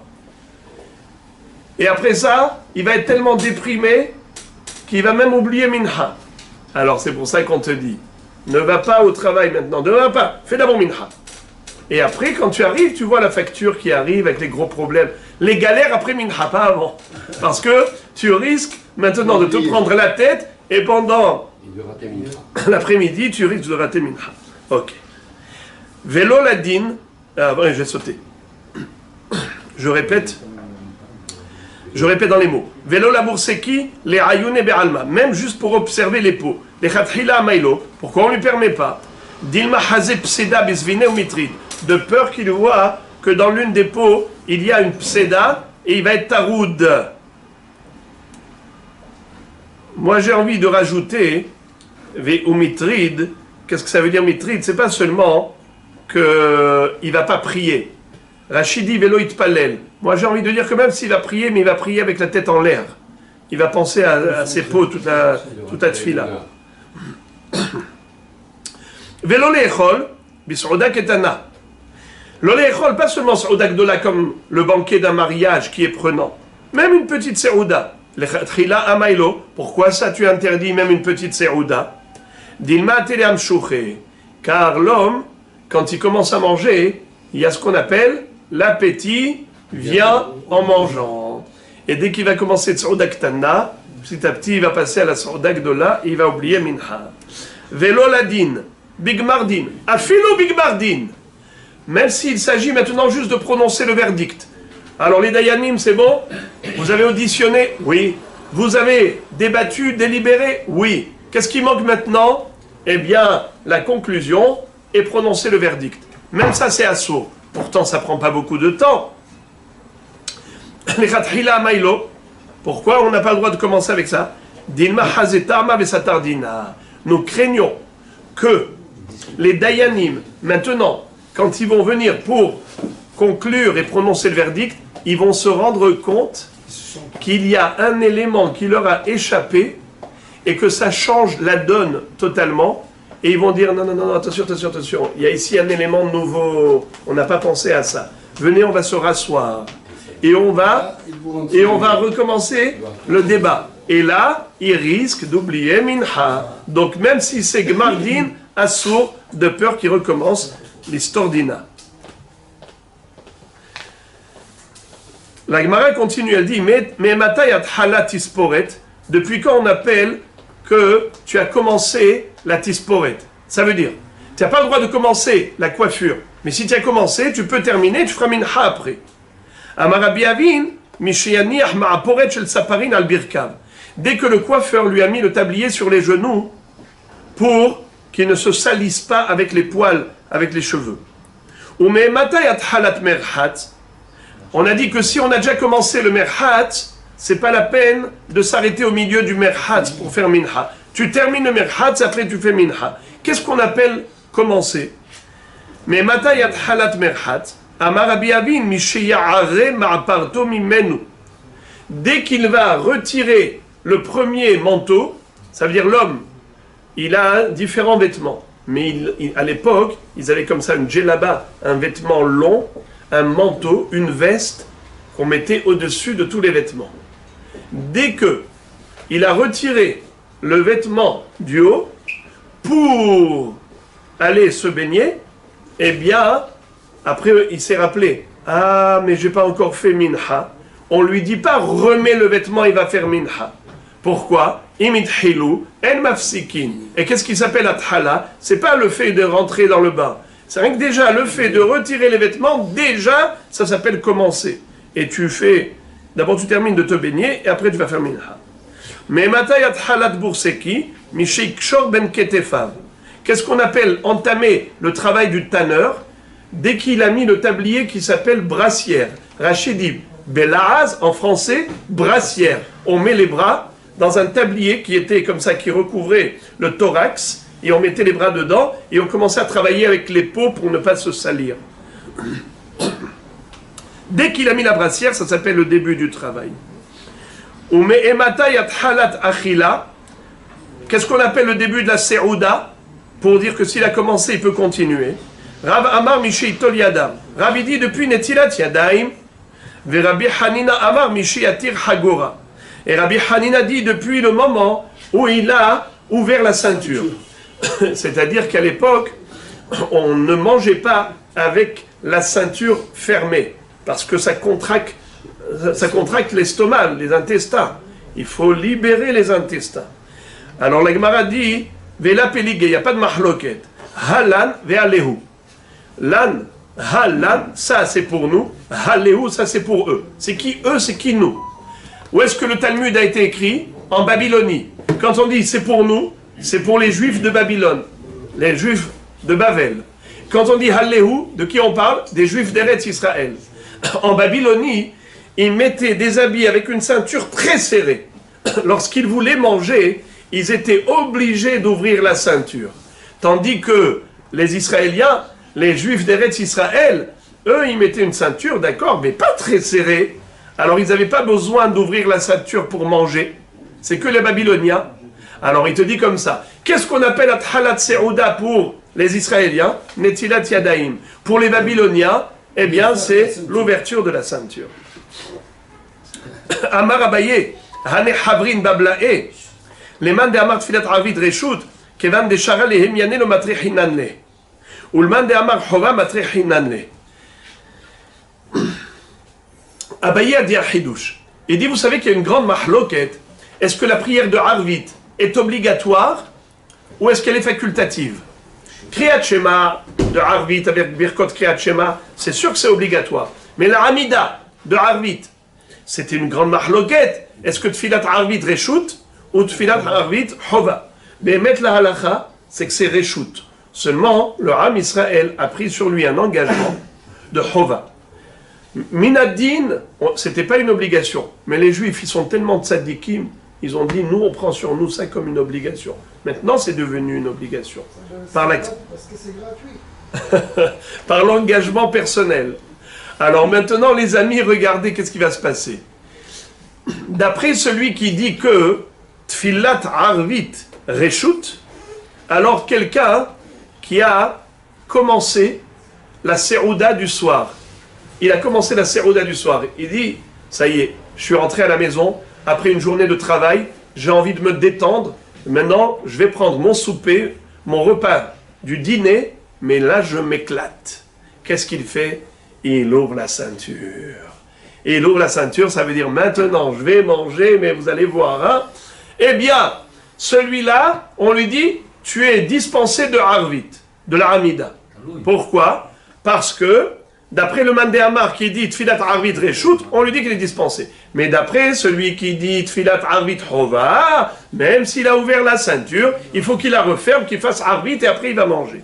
Alors je répète, Amar Abaye, Hane Havrin Bablae, nos amis babyloniens qui ont l'habitude d'ouvrir la ceinture avant de commencer le repas, les Mandé Amar Tfilat Arvit Reshut, selon le Mandé Amar qui dit que Arvit c'est facultatif, Kevan de Charale Hemiane, l'Omatrehinane. Dès qu'il a ouvert la ceinture, ça veut dire que ça y est, il s'est installé sur son canapé pour manger, eh bien, on ne l'oblige pas à faire la Hamida de Arvit. Ou le Mandé Amar Chova Matrehinane. Mais d'après le Mandé Amar qui dit que Arvit, la Hamida elle est obligatoire, eh bien, il doit se relever immédiatement, fermer sa ceinture et faire la prière. Ve'at filat minha delekule alma chovaï. Je comprends pas cette halakha. A priori, ça va en contradiction avec la Mishnah, puisque la Mishnah nous a dit à propos de Tfilat Minha, imithilu lo mafsikin. Et pourtant, la Tfilat de Minha, c'est une obligation, d'après tout le monde. Personne ne dit que Minha, c'est facultatif. C'est que pour Arvit qu'on dit facultatif. Vous savez pourquoi? Parce que la Tefila de Shacharit, on a dit que ça correspond à quel holocauste? Olat Tamid shel Shachar. Minha, ça correspond à Olat Tamid shel Ben Ha'arbaim. Tandis que Arvit, ça correspond à quoi? Ha'ekter halavim ve'evarim. La combustion des graisses et des membres du korban Ola de l'après-midi, qui n'était pas indispensable entre guillemets. C'est-à-dire que Zrikat Adam, c'est Ikar Kapara, c'est indispensable. Mais si on n'a pas à brûler les graisses et les membres du Korban Atamid de l'après-midi, c'est pas indispensable. Donc, la nuit, on brûlait, et si on n'a pas fait, ce n'est pas grave. C'est pour cela que d'après certains, Tfilat Arvit Reshut. Alors, il dit comme ça. Tfilat Minha, l'écoulé Alma, Hovaï, tout le monde est d'accord que Minha, c'est une obligation. Utnan, et tout de même il est écrit, Imithilu en mafsikin, si quelqu'un a commencé son repas, on ne l'oblige pas à refermer sa ceinture pour faire d'abord minha et ensuite manger. Il peut d'abord manger et ensuite faire minha. Alors je ne comprends pas pourquoi pour Arvit, tu l'obliges à faire Arvit avant de manger. Mais s'il a commencé, il a ouvert sa ceinture, laisse-le terminer son repas. D'ailleurs, il nous rappelle, Utnan imithilu en mafsikin, lamara bichanina mishiatir hagoro. Alors je passe au dafyud. Hatam lo shechiha shechut, hacha shechiha shechut. Première réponse de la Gemara, c'est qu'il dit qu'il y a une différence entre le repas de l'après-midi et le repas du soir. Le repas du soir, les gens qu'est-ce qu'ils font? Ils boivent du vin. Parce qu'ils se disent, maintenant on va dormir, on va manger, on va dormir. Ils boivent, ils boivent. Mais l'après-midi, c'est qu'il doit travailler. Il se dit, ça va pas, je vais pas boire maintenant de la boucha ou du vin. Lorsque je sais que j'ai encore du travail sur la planche qui m'attend, c'est la raison pour laquelle, hein, l'après-midi, s'il a déjà commencé le repas, laisse-le terminer et après il fera minha.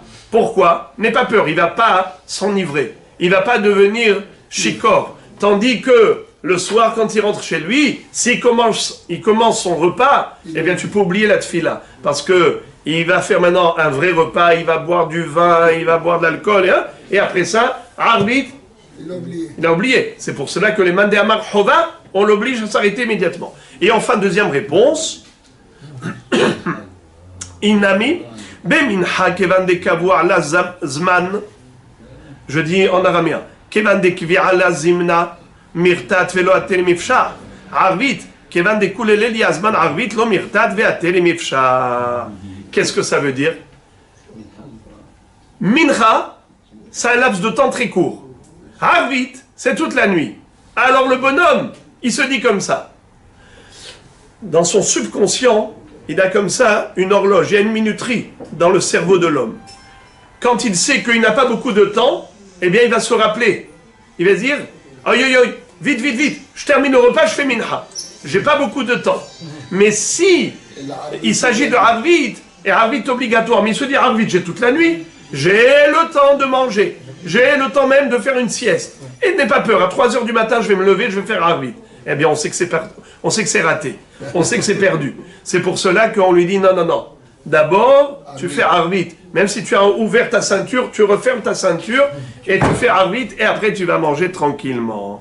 Et la Gemara conclut en disant Matkifla Rav Sheshet Rihuta Lemisar Emiane Verod Liku Achivelitzle. Je comprends pas. Est-ce que c'est considéré comme quelque chose d'important de fermer la ceinture? C'est pas une opération grandiose. En plus, pourquoi tu l'obliges à fermer sa ceinture? Pour faire Harvit. Qu'il fasse Harvit avec la ceinture ouverte. Ma'abaya. Mishum sheneemar hikon nikrat Elohecha Israël. Comme il est écrit, prépare-toi à rencontrer ton Dieu Israël. Qu'est-ce que ça veut dire? Tosfot disent que à l'époque, les gens y mettaient des vêtements longs, comme une djellaba. Et quand ils ne mettaient pas de ceinture, alors il y avait Libo, Roé et Ta'erva. Son cœur était en face de sa nudité. Et c'est assourd de prononcer le nom d'Hachem. Comme ça. Il faut obligatoirement mettre la ceinture pour séparer le haut du bas. Entre le cœur et la herva. C'est pour ça que c'est écrit Hikon Nikrat Elokecha Israël. Prépare-toi à rencontrer ton Dieu Israël. Comment tu te prépares? En mettant la ceinture. C'est pour cela qu'il ne peut pas faire la tfila de Harvit s'il n'a pas fermé la ceinture. Rava Baravhuna, Rame Puzmaki Umetzale. Rava Baravhuna, il mettait d'ailleurs un très beau manteau, une très belle veste, et ensuite il faisait la tfila. Pourquoi? Hikon Nikrat Elokecha Israël. Il disait, on ne vient pas devant un Kadosh Baruch Hu habillé n'importe comment. Si devant un roi humain, si devant des gens importants, on arrive avec une belle tenue, devant Hashem Itbarach, tu te permets d'arriver n'importe comment. Rava, Shadeglimé au Pachariade au Metzale.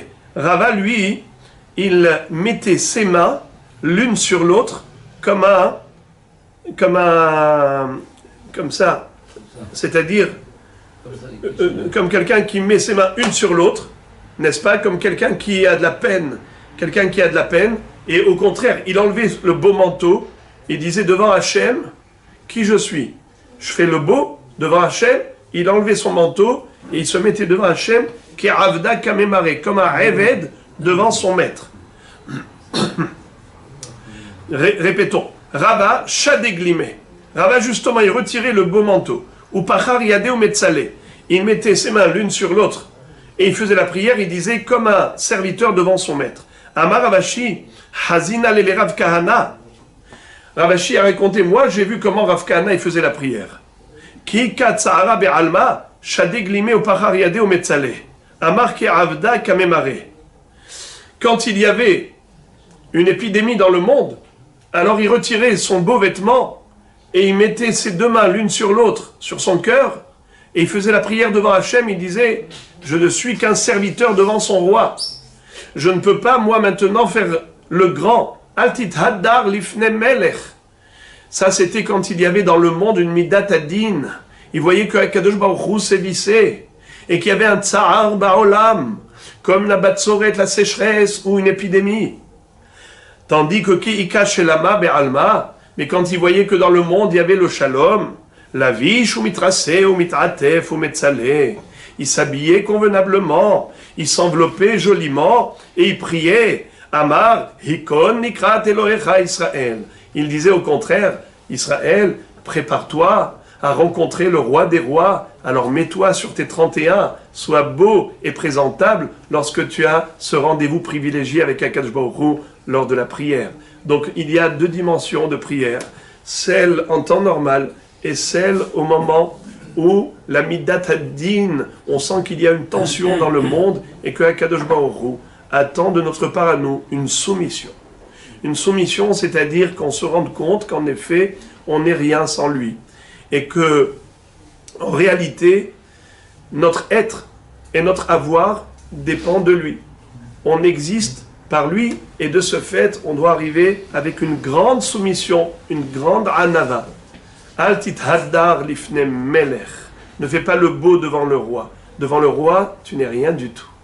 Eh bien, je pense que c'est tellement d'actualité en cette période où il faut maintenant travailler notre cœur, arriver à cette émouna que En Rod Milevado. On n'est rien sans lui, Rat Hashem, que Dieu exauce et agrée toutes les tfilotes d'Israël.